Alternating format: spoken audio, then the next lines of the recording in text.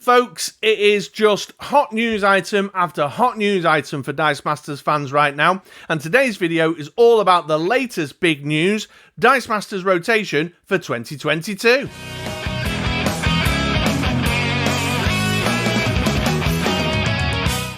Yes, hello and welcome everybody, it's Chris here from the Ministry of Dice, and I'm back again today with another video for you fine Dice Masters loving folks, and I'm going to get straight into it because, as I mentioned in the intro there just now, big news this week. There is a rotation happening for Dice Masters in 2022.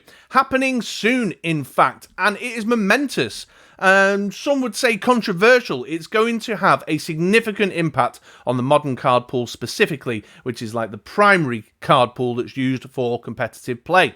So by the end of this video, I'll give you all the key headlines, make sure you know when it's happening, what it involves, and all that good stuff, so you're well informed. I've also got a little bit of insight and rationale from Wizkids themselves to explain the decisions that they've been making around the rotation and how it kind of connects quite deeply to some of these other bits and bobs that I just mentioned are going on in the game at the moment. And then, of course, as we go through, I'll scatter a little bit of commentary from myself, a few of my thoughts as well. So please stick with me to the end. By the conclusion of this video, you'll know all you need to know about the rotation announcement that happened just a couple of days ago. So let's get into the meat of it.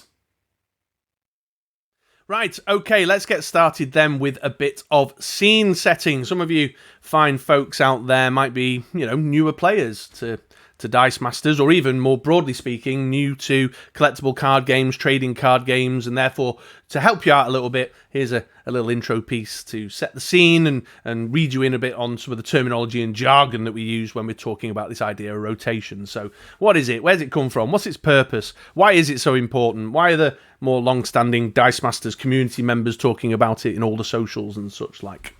And the long and the short of it, then, is that a rotation in a collectible card game is when, in the schedule of release sets through the history of the game, a line is drawn and they make any sets prior to that line no longer legal for competitive play, and any sets that are after that line or subsequently released are legal for competitive play. And it's as simple as that. A moment in history is picked, the line is drawn, everything before, not legal for competitive play, everything after, fill your boots. And it's exactly that for Dice Masters. We refer to it in two categories, the Modern Age and the Golden Age. The Modern Age card pool are the sets that exist after that line and are legal for competitive play. And then when we refer to the Golden Age, that's just, anything goes, all sets, the entire history of the game, fill your boots, play with these cards. And that's the kind of two broad categories that are used within Dice Masters. And that's it. That's the long and the short of it. They use the phrase rotation because the older sets that are being taken away from the legal card pool are rotated out, and obviously newer releases that happen after that moment in time are rotating in. As simple as that, really.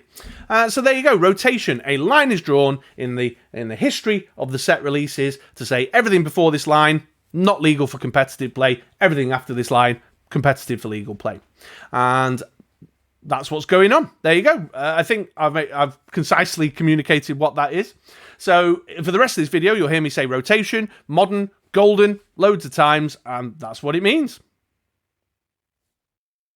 So, there we go, scene set. Let's now talk about the actual 2022 rotation that's taking place. And it's taking place soon, folks. It's just around the corner because the start date for the new Modern Age card pool breakaway is on the 29th of July 2022. Literally, just weeks away. So it's right around the corner. They've left it nice and tight to let us know what's going on there. And the legal sets, the line is being drawn at the Marvel Dice Masters Infinity Gauntlet set. So in terms of the most recent sets that are Modern Age legal for competitive play, we've got Infinity Gauntlet and Dark Phoenix Saga right now. And that's it. Well, that's not strictly true, actually. I'm joking, but Kryptonite Crisis has already dropped over here in the United Kingdom and is due to release in North America any day now. It's coming in like 2 weeks or something. I don't know about other territories, but that's what we know for North America. And then we know that Secret Wars is coming in September, and we've seen some stuff announced around that and seen some spoilers, so that's all looking good. And in the solicits, there's also another Marvel Dice Masters set, which is the House of X Into the New Year. So by the time we're into the new year, kind of early 2023, we'll have 5 legal sets. That also includes any organised play kits or promos that are released from that point forward as well. So that would include the Play at Home kit, the Avengers Infinity Gauntlet Play at Home kit, the Hellfire Gala organised play kit that's come out with Dark Phoenix Saga. We know that there's a Kryptonite Crisis organised play kit been announced, but no further news yet on the way. So there's a little sprinkle of other cards in the card pool there, although nothing particularly to shout about, because a lot of them are alt art reprints. There's a very small number of actual fresh new cards in there, but there you go. So yeah, right now it feels like quite a deep cut because we've got just 2 legal sets. But it will flesh out a bit as time goes on, but it's significant, and I'll talk about why it's significant in a moment. Sometimes with rotations, there are ban lists, updates to ban lists that accompany rotation. The article that Wizkids posted made it very clear that there's no changes to the Golden Age ban list. That remains the same, so you're relentless, your swords are revealing light, imprisoned, the Beholder, Master Aberration, and the Ring of Magnetism Action Attraction. They remain on the list, but no new additions at this stage. But what they did say is that there's a bit of a watch list that they've put in place to keep an eye on. So they're going to be keeping an eye on 2 of the Becky Lynches, Maiden Island and the Man, and the Godcatcher. So they're up for consideration for banning in golden formats. Like Global Escalation, etc., etc. They've also got their eye, actually, talking about banning, there was also a brief mention of a couple of modern cards going on the watch list as well. The Thor, Jormungand's Fear, the super rare from the Infinity Gauntlet set, and the Master Mold, Endless Sentinels, another super rare from the Dark Phoenix Saga set. Again, folks have got thoughts on that. Interesting to see, but let's just stick to the facts right now. No changes to the Golden Age ban list, and nothing being banned in the Modern Age environment right now either. So there we go. And that's it. That's all the kind of key information that was shared on the article. So to summarise, starts on the 29th of July. Your modern legal, competitive legal sets go from the Infinity Gauntlet release onwards. Anything before that is now Golden Age and not legal for modern events. And the ban list isn't going to change, but there's stuff being watched. So this is a huge rotation announcement. Some would even say controversial. I don't think I can recall a rotation announcement for Dice Masters through all my years of playing that, upon reading it, has hit me quite like a bucket of cold water as this one did. Many of us predicted and anticipated that it would certainly be brought, the modern age line in the history of sets would be brought much closer to the present day, but not as close as this. This has brought it right up to the most recent releases.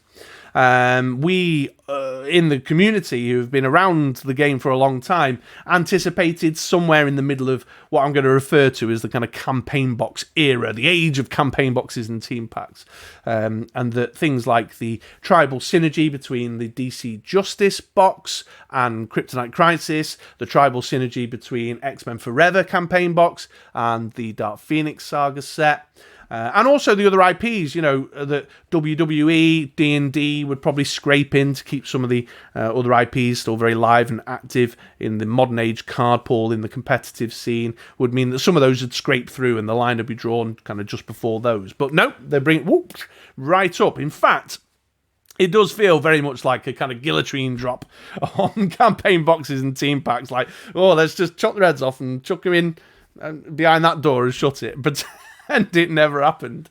It very much feels that way. And, there's a lot of people have focused on the fact that, that means there's no Dungeons and Dragons in the modern age card pool. That means WWE. Does that still have a future? There's kind of just been one set, and then it's never kind of gone anywhere, and we've got no solicited announced releases at this moment in time around that stuff, although there's been hints around some more fantasy stuff coming down the pipeline. So, yeah, it surprised many, and it has felt like they brought that line in the history of Dice Master releases very present day, right up to now, in that draft pack kind of period. But there's rhyme and reason to this. When you're doing a rotation in your collectible card game, there's two things you're looking to try and achieve. You're trying to attract new players and make the barrier of entry for new players as low as possible. And you're also trying to keep the meta fresh and interesting and encourage players to team build and explore other parts of the game. And, well, this is exactly what they're trying to do. In fact, I know it to be the case because I was informally talking to someone over at Wizkids around the time of the rotation, and they said that. They said, less products, less SKUs, they talk in retailer language. Less SKUs for retailers and new players to engage with and understand and get their heads round and digest, which makes sense, totally makes sense. New players are then going to have to go on less of an onerous and overwhelming mission to understand and learn and acquire competitive cards from older sets and things that are no longer being published, no longer in print, and so they're in the secondary market. They're trying to trade, they're trying to dig stuff out from eBay, so on and so forth, which obviously makes the entry into the game feel a lot smoother if they want to play competitively. It's easier for rules understanding, less rules to engage with, less rules to learn in terms of complicated interactions that are developed over the years. So you've got all that kind of stuff. And it ties in with the sort of soft reboot idea that Wizkids have been talking about a great deal for this year. Big year for Dice Masters 2022. We've got the Origin packs and the new look, new feel stuff coming down the pipeline with Secret Wars. And if you don't know what I'm talking about there, I'll make sure there's a link in the description for you to go and take a look at a video I did on that subject with a bit of show and tell around that stuff. But the TLDR is that there's a new product type. It's called the Origin pack, and it's designed to make entry into the game much cheaper, much easier for new players, a little starter set to get them going. And of course the rebrand, the redesign of the cards and such like. And that was another point that Wizkids made, is that in time, while right now the short-term impact is like, whoa, there's not a lot of sets to make teams out of, in time, what we'll see is the new look, new feel Dice Masters start to proportionally overtake the older look, older feel Dice Masters in the modern rotation. So the cards that are out on the table, the cards that are in people's hands, that are being used in competitive events, will start looking more and more and more like the new look, new feel Dice Masters, and less like the old look, old feel Dice Masters. So there is a rationale behind it. There is an intent. On the kind of competitive meta side of things, while some big win conditions haven't had their time in the competitive light, your Becky Lynch, your Godcatcher, your Green Lantern Human, for example, they're three that spring to mind. They're getting cut, and they've never really had a proper competitive scene.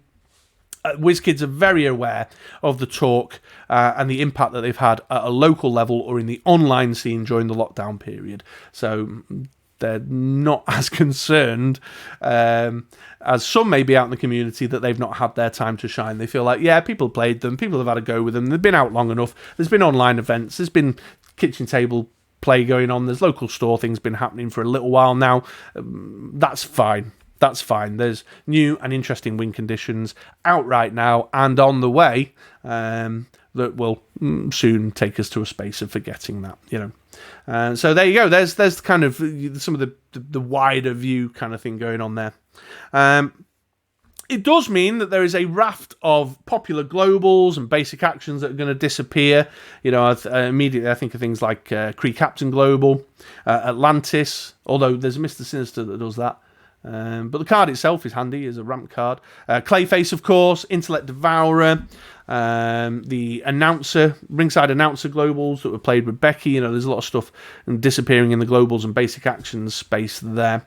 Some we know is going to get backfilled when Secret Wars comes out. Some we don't know, we haven't heard anything on. And of course there's popular cards like Danny Moonstar, Hope Summers, very popular card. A lot of people love her. She's would have had a big place in the meta and is possibly the biggest loss of all this, I would say.